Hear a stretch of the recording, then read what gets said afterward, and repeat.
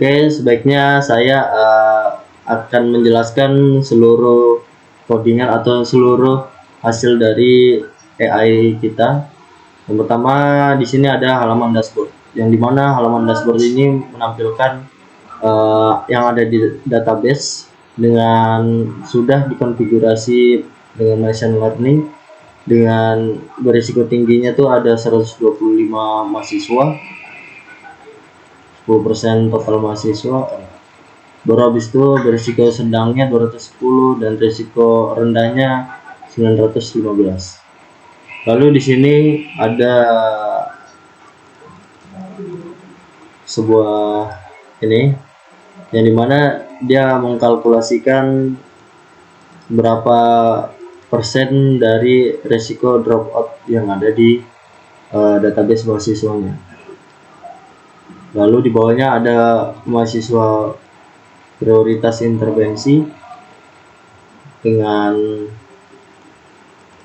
adanya NIM, nama, program studi, IPK, absensi, dan lain-lainnya. Lalu selanjutnya data mahasiswa. Di sini kita bisa mencari data mahasiswa dengan menggunakan NIM ataupun nama mahasiswa. Lalu di sini ada input mahasiswa. Jika ada mahasiswa baru, kita harus menginput manual. Lalu bagian sini adalah machine learningnya. Dengan kita menjalankan prediksi batch, dia akan menjalankan progres prediksinya. Dan setelah prediksinya selesai, dia akan muncul risiko-risiko apa saja yang bakal drop out. Lalu ada visualisasinya. Di sini ada mode-mode distribusi risiko, akurasi model, tren risiko, faktor risiko. Lalu di sini ada bagian tindakan, di mana tindakannya ini kita bisa pilih, baru kita bisa edit dan kita bisa hapus. Lalu tindakan preventifnya di sini melihat catatan tindakan preventif, di mana kita bisa menuliskan tindakan kepada mahasiswa tersebut, dan habis itu kita bisa simpan. Selanjutnya bagian terakhir ini ada feedback atau update datanya. Di sini kita bisa memilih mahasiswanya, mau mahasiswa apa sesuai nama dan NIM-nya. Lalu kita bisa mengubah juga dan kita bisa simpan. Ini ada data Dwi Kurniawan, perkembangannya tuh stagnan. Baru di sini bagian bawah saya masuk ke mode admin. Di sini ada dua user. Yang user kedua itu adalah dosen.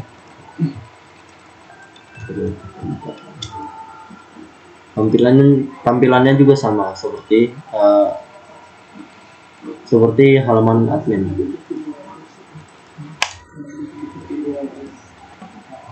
Oke, tampilannya sama seperti admin. Selanjutnya akan dijelaskan oleh teman saya.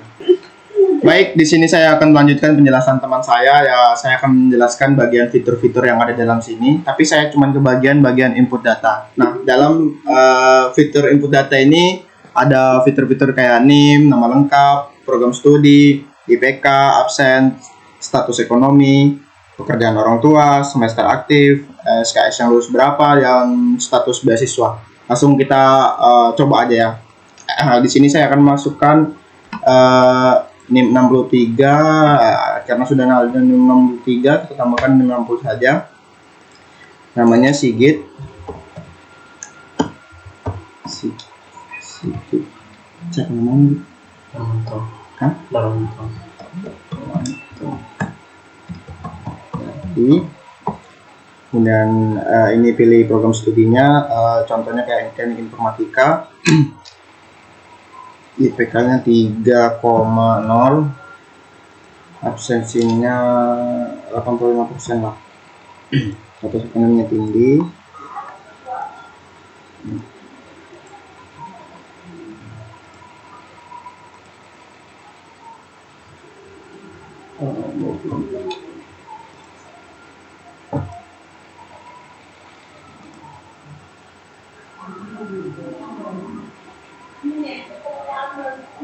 Ya, berarti kita sudah berhasil menambahkan mahasiswa baru ya, dan ini ada persentasenya 80%. Kita coba cek di localhost-nya apakah dia berhasil terinput. Refresh dulu.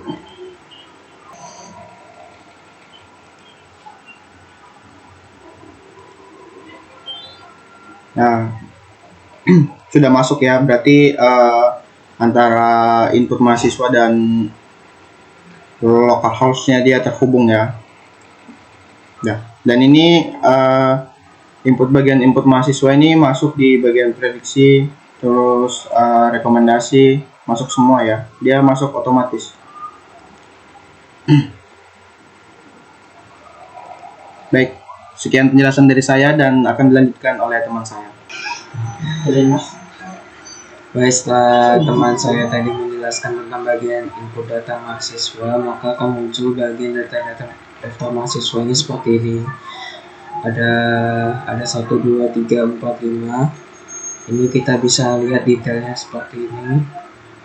Itu dia program studinya seperti ini, semester 4, IPK 2,15, sanksi 2%, status ekonomi rendah, status beasiswa swasta, probabilitas drop 70%, modal prediksinya ini logistik, regression, dan lain sebagainya. Ini ada tombol rekomendasi seperti ini, dan yang terakhir itu ada tombol hapus untuk menghapus daftar mahasiswa. Ini kita bisa ekspor ya, ekspor dalam bentuk CSV. Nah, maka akan muncul di bagian ini, dia bentuknya Excel, kita bisa buka.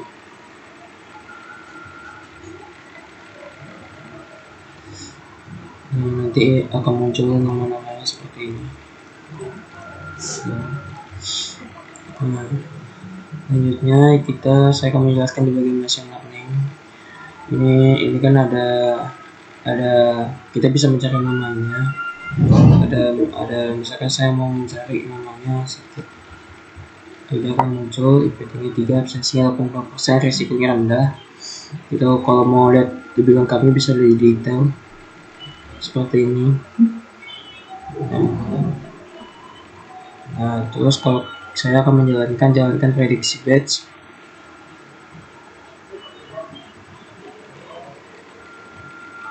Nah, tuh prediksi batch selesai, mahasiswa ada analisis. Berarti ini ada 5 mahasiswa.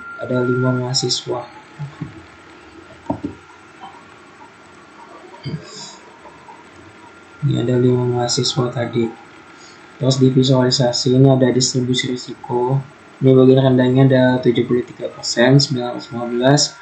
Di sedangnya ini 17% dengan 210, tingginya 125, 10%. Kalau tinggi itu warnanya merah, sedang warnanya oranye, rendah itu warnanya hijau.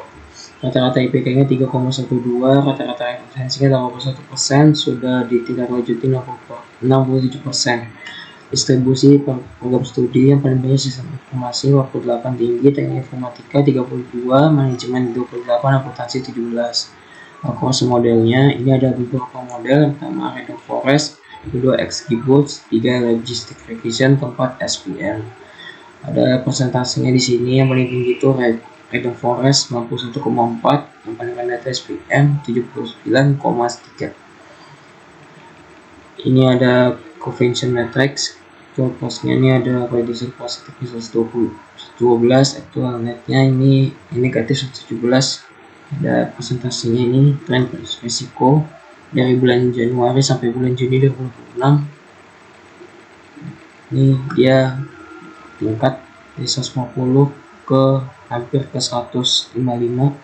Ini kita bisa ekspor juga datanya investasi mahasiswa. Nih. Tuh, tanggalnya tanggal 6 Juni 2026. Kita muncul filenya seperti ini. Lalu faktor resiko, filter importance, IPK mahasiswa 34,2, kehadiran seleksi 28,7, status ekonomi sebanyak 16,5%, SMS aktif 11,3%, status beasiswa 9,3%. Korelasi faktor resiko, yang kalau merah ini adalah kombinasi ini memiliki resiko drop out hingga 78%, intervensi segera diperlukan. Yang kuning ini ekonomi rendah dan plus tidak beasiswa, resiko meningkat 40% jika tidak ada bantuan finansial. Warna hijau, IPK lebih dari 3,5 plus absensi lebih dari 42%, risiko sangat rendah, kurang dari 10%, mahasiswa dalam kondisi akademik yang baik.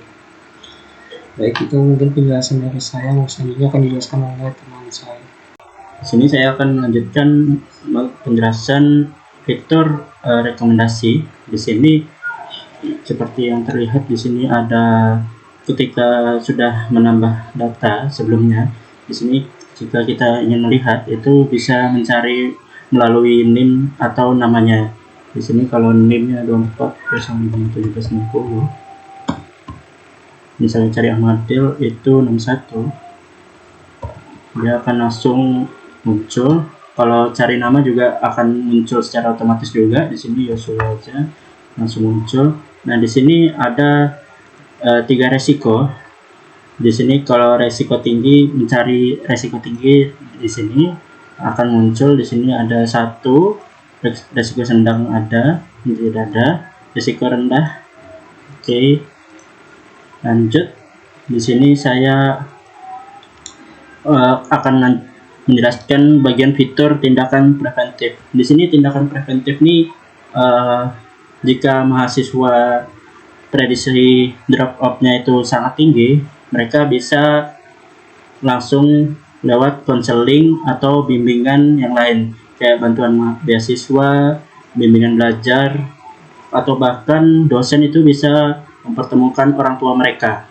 Nah, di sini kita pilih yang resikonya tinggi untuk di drop out, yaitu ada Ahmadil sama Yosua Elvano. Kita Yosua Elvano. Di sini jenis tindakannya kita pilih pertemuan orang tua, tanggal hari ini saja langsung dilakukan oleh dosen.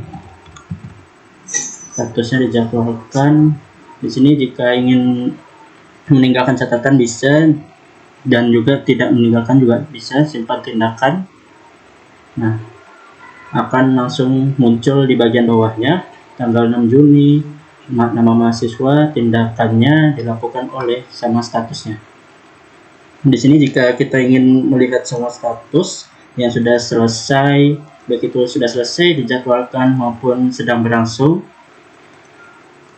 Di sini kita juga bisa melihat semua detailnya. Oke, mungkin segitu saja.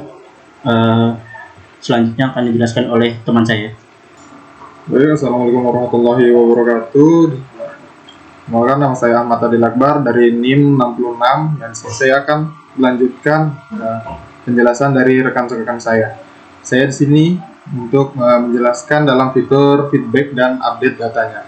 Dalam fitur ini kita bisa mencari data mahasiswanya dari nama, NIM. Baru di sini kita bisa update ketika mahasiswa dia itu memiliki penurunan atau kenaikan dalam status belajarnya. Di sini kita bisa update agar datanya itu berubah. Di sini kita ambil Yosua Elvano saja. Nah, di sini dia resiko untuk resikonya itu tinggi dan probabilitasnya itu dia 71%. Nah, ketika dia itu memiliki kenaikan dalam proses belajarnya, misalnya IPK-nya dia naik, di sini kita bisa rubah di sini. Misalnya naik IPK-nya jadi 3,5. Semester terbarunya Sebenarnya ini berapa? Kita misalnya dia masuk sekitar 85%. Ini statusnya meningkat. Kita bisa memasukkan catatan perkembangannya juga di sini. Ini tidak usah saja. Baru kita bisa lakukan simpan updateannya. Nah, maka di sini akan muncul update data dari Yosua Elvano. Kenaikannya sekitar 0,2% ya.